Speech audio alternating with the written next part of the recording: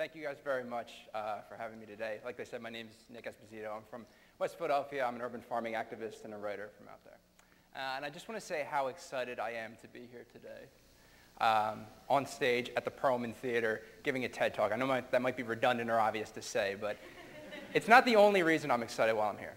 I'm excited because of the theme of today, right here, right now, because I think that theme best exemplifies the work I'm doing here in Philadelphia to try to bring people into this urban farming, natural living movement I'm a part of, and not only make it accessible, but make it a priority in your lives. And I hope after today I do that. So I kind of like to start by taking a different route than most of these environmental talks usually take. Sometimes people start off and they'll basically scare the crap out of you for about the first 3/4 of their talk, talking about how terrible we've destroyed this planet as human beings. In the last quarter, they'll give you a few solutions how we're going to solve everything. Well, I'm not going to do that. I'm going to start by saying right here, right now, I think human beings are at our most just, our most humane, and our most earth conscious we've ever been before on this planet. Thank you. Now that's a bold statement to make, and a lot of people disagree with me with that. People who don't make this movement accessible, people who make you feel you need to live like this in order to live sustainably on this planet.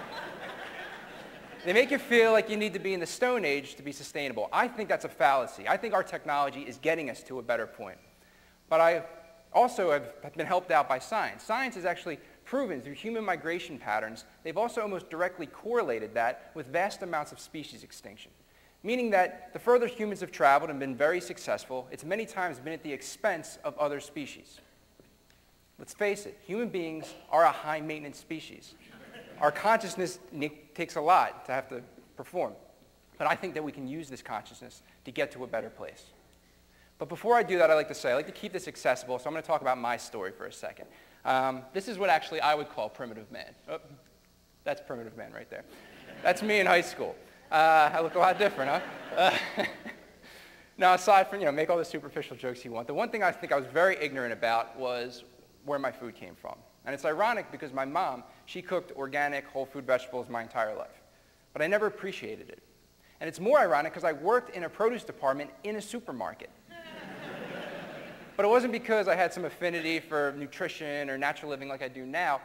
It was because I just wanted to get off the cash register and go somewhere where I could screw around with my friends in the back.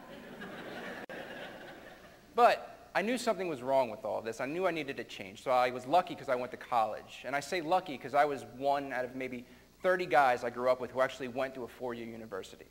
And at the university, I did the cliched thing. I fell in with this group of liberal, radical progressives, and they taught me about all these amazing things like human rights and alternative ways to live. And that if you actually open a book, communism isn't as scary as, some speakers on the House floor will make it out to be when they're trying to kill health care bills.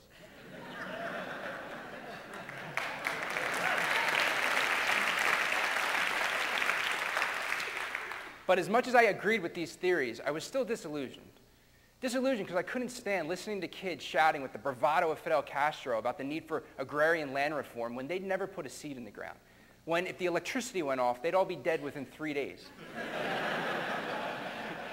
So I needed something else. I needed to toughen myself up. So I joined the National Civilian Community Corps. It's an AmeriCorps program, and I was deployed to the Southeast to help people after Hurricane Katrina, like this older woman in the picture. Now, aside from learning that volunteering your time to help someone else's life is probably the most soul-satisfying thing you can do, I learned this important fact, that the day after Katrina, it was hot, it was sunny, and it was wet.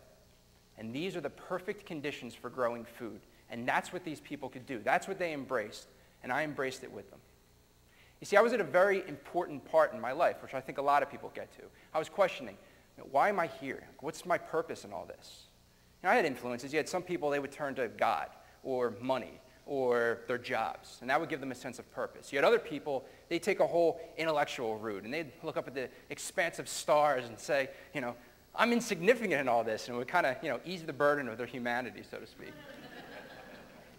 Well, I got the best of both of these worlds because I worked in a garden. And when you work in a garden, you see all of these processes that are working all around you. How nutrients interact with microbes in the soil that create food for the plants to eat, that also are nourished by the sun and the water, that create little bits of fruit that we humans eat, and then we put a seed back in the ground and it goes again. I learned that this is all a system, and I'm a part of this system. And I got that perspective, but I also learned that I'm a huge part of this system because I'm the tender of that garden.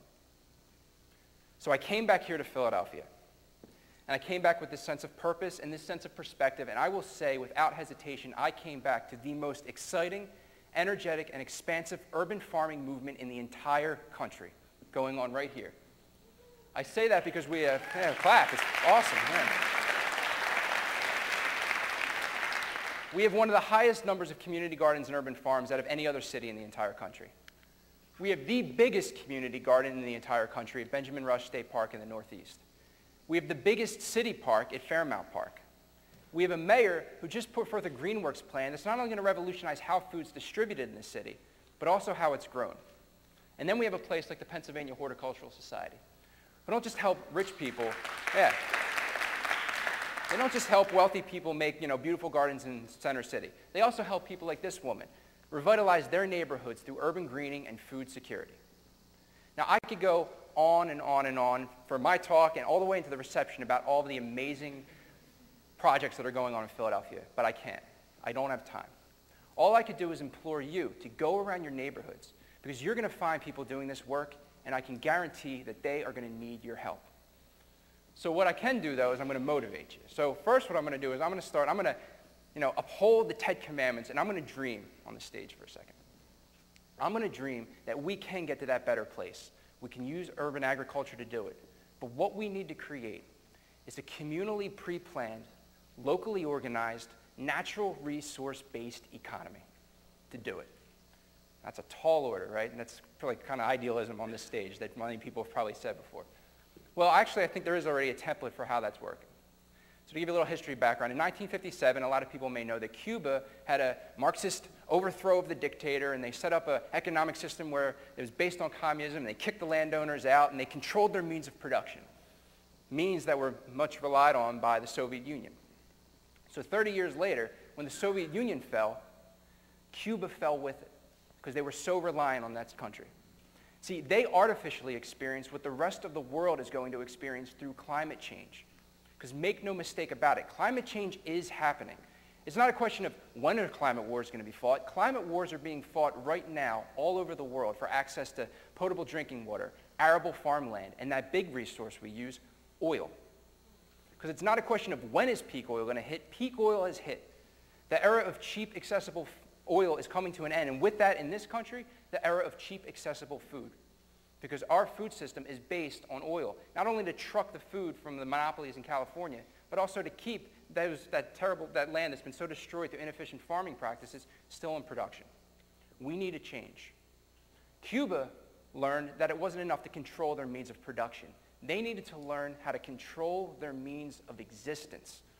They call that the second revolution, and I think we can have a second revolution right here in Philadelphia for our country. So the way we're doing that is, what we've created is called the Walnut Hill Community Farm.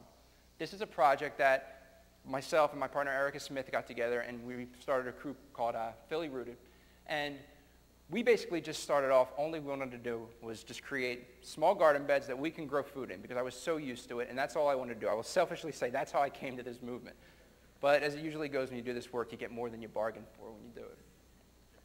So the Enterprise Center, which incubates minority-owned business, came to us, and they asked us, can you do something with this plot of land? The neighbors, they want a community garden. So we thought, awesome, no problem. This is going to be a slam dunk. We were really surprised when we faced resistance from the neighbors. Resistance not because our idea wasn't good, but resistance because these people came from a long line of disenfranchised people who had developers come into their neighborhoods and make promises that they did not keep. Erica and I needed to do something different. I think this is a very important lesson how we started off. What we did was we created a community garden bed. So you see Erica in this picture. She's loading a raised bed full of soil that her and the man across from her helped build. The man across from her is who's going to be gardening in that bed. You see, it wasn't enough to just have these community people as passive observers to watch what we were doing. We needed to make guardians, stewards of our project with these people. And that's what they've become by taking the initiative to help us build this garden and not watch us do it. I think this is a lesson for anybody in society. It's not enough to sit in your living room at night yelling at the cable news channel about food security or, energy wars that are being fought. It's much more proactive to plant your own garden. Think about how you can make your house more energy efficient by solar panels, recycling gray water, little projects that you can do to become the guardian and the steward of this economy that I'm talking about. The next thing that I'm really excited about that we're doing is our resources. This goes back to the natural resource-based economy that we're talking about. As you see, there's a pipe coming out of SEPTA's 46th Street station. That pipe now is connected to that 1,100-gallon cistern that we're using solar power water pump to pump water on our site for irrigation. This came because we needed water for the site, but I didn't want to do the traditional dig a metered water pit, strain our grid anymore. I wanted to do something more sustainable. And I remember the day we're standing on site, and I'm telling the SEPTA business manager this, and he's just kind of staring at me, and he's laughing. He's just like, this is crazy. Like, this is going to cost money. It's going to take time. And before I could even defend it, a man from the water department, a high official from them, turned to him and said, yeah, it's going to take you a little bit of money. It's going to take you some time. But it's the sustainable thing to do. And 10 years from now, you're going to see it was the right thing to do. I was blown away, not just because this man was defending my project, but because I saw what was happening here. People coming together from city government, local nonprofits, for-profits, community groups, to not just protect their own interests, but pragmatically think about the most sustainable system for this project. This is the communally pre-planned discourse that we need to make an economy like this work, that people working together for the best solutions possible. Another great solution that we have are how we're planting the site. What we're using is called permaculture design. Permaculture design is just as simple as using the ecological climate that you have to have the confines and boundaries that you're going to use and also the materials on hand. So to give you some context for it, give you an example. It's a hypothetical example. Right now, there could be a builder who's building the same exact house in Connecticut as he is in Arizona. This is insane to me. On our industrial model, it makes sense because you can ship stuff around with cheap oil. But permaculturally, it doesn't make sense. Two totally different climates, two totally different energy needs, two totally different resources on hand. We should be building within the confines of those systems, and that's what we're doing here.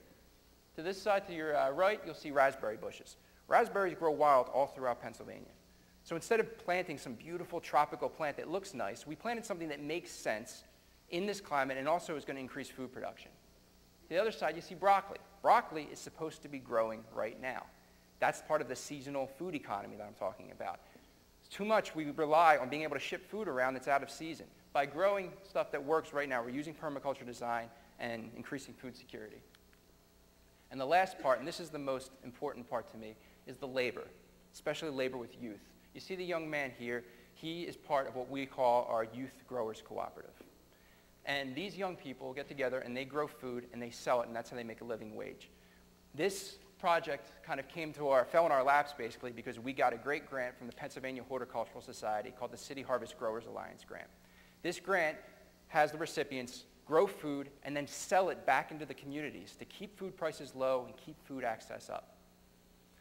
The biggest things that really get me about it was the labor aspect of it, because it's been my own political view and personal view that I think labor in this country is broken. It's unsustainable. Einstein said that the more you automate society, the higher unemployment is going to go in the system that we have right now. And to give you some context on that, think about the car industry collapse.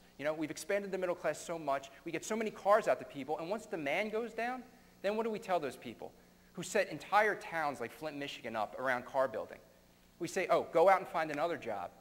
Or go on unemployment. If you do, we're going to call you lazy for it. This is not fair. We need to fix that. And food is the same way. Treating farmers who provide the most important thing that we need to live, which is food, like that is not right. And farming will always have these problems because, one, you can never tell what the weather's going to do to your crop, and two, people can only eat so much food. You can't convince them to eat any more sometimes. So we need to figure out a better labor system, and that's what we're trying to do for these young people. Because I also had the experience of working in urban farming programs for high school students, and I saw the amazing transformations these young people would make. And it really was just mind-blowing. But the hardest thing I ever had to do was tell a young person, you're really great, I love what you've done with the site and everything, but we've ran out of grant money for you. Sorry, go find another job.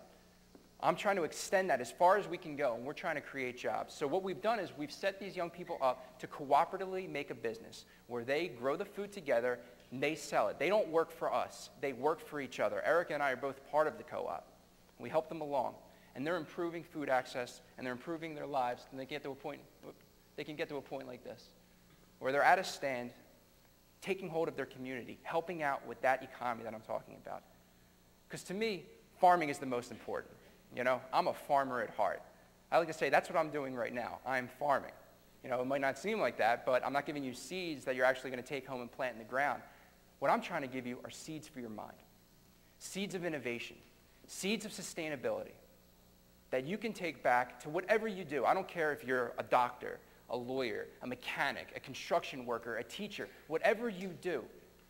Not only can you make your life and your industry more sustainable, but it should be your duty to do that. So please, take these seeds I've given you, that I've planted in your mind, and take them back to your communities. Sow them throughout, because I can guarantee that the people around you are going to be nourished by the splendor of the garden that you grow. So thank you guys very much.